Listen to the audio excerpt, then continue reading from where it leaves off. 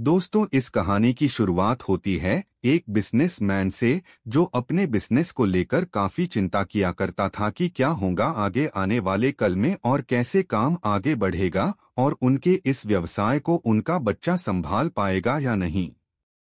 दोस्तों, उस बिजनेसमैन का एक लड़का भी था जो उनसे काफी बार कहता रहता था कि पापा, आप मुझे हमारे इस बिजनेस को संभालने का एक मौका दीजिए, क्योंकि अब मुझे भी बिजनेस करना आ गया है।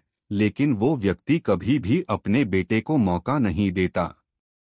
दोस्तों, एक दिन इस बिजनेसमैन को दिल का दौरा पड़ जाता है और इसके चलते उनको हॉस्पिटल में भर्ती किया जाता है। जैसे ही ये खबर उनके बेटे को पता चलती है, उनका बेटा दौड़कर के हॉस्पिटल में पहुंचता है। बेटा हॉस्पिटल में पहुंचने के बाद उसने ये देखा कि उसके पापा अब एडमिट है और डॉक्टर्स ने उससे ये कहा कि आपके पापा अब पहले से थोड़ा ठीक है और धीरे धीरे करके वे अब रिकवर हो जाएंगे। फिर उस लड़के ने अपने एक दोस्त को कॉल करके वहां पर बुला लिया। फिर उसका दोस्त वहां पर आता है और उससे पूछता है कि क्या हुआ भाई। फिर उस बिजनेसमैन के लड़के ने अपने दोस्त से कहा कि मेरे पापा को दिल का दौरा आया है और उन्हें अस्पताल में एडमिट किया हुआ है। इसके बाद उस बिजनेसमैन का लड़का अपने दोस्त से कहता है कि चल ना, जरा बाहर चल के आ जाते हैं, बहुत देर हो गई है इधर। और फिर वो दोनों अस्पताल से बाहर चले जाते हैं। जब वो दोनों अस्पताल से बाहर निकले तब उनको एक आइसक्रीम वाला दिखाई देता है।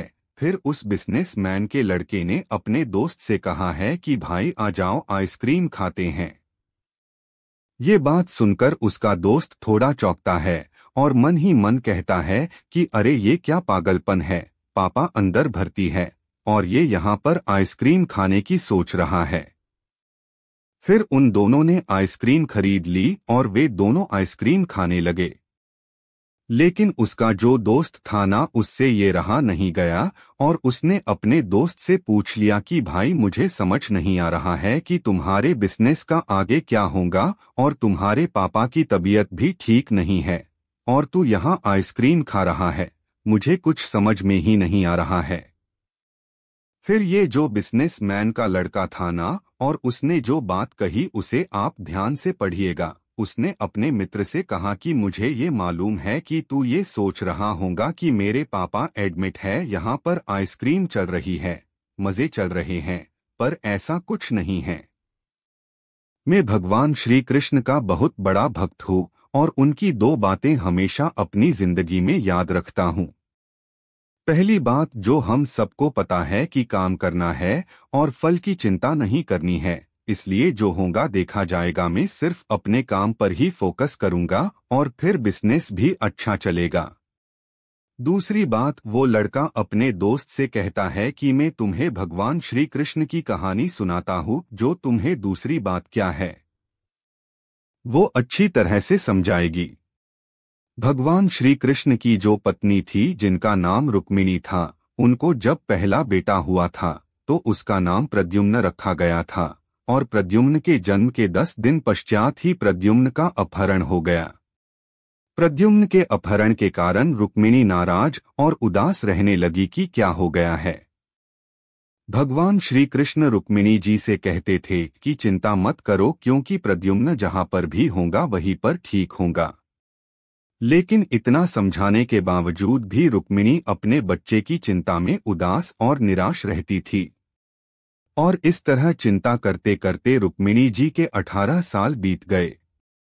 18 साल के बाद द्वारका में जब प्रद्युम्न की वापसी हुई और जब प्रद्युम्न द्वारका में वापस आए तो उनके साथ में उनकी पत्नी मायावती भी थी। अब समस्या ये थी कि मायावती की उम्र प्रद्युम्न से 20 साल ज्यादा थी।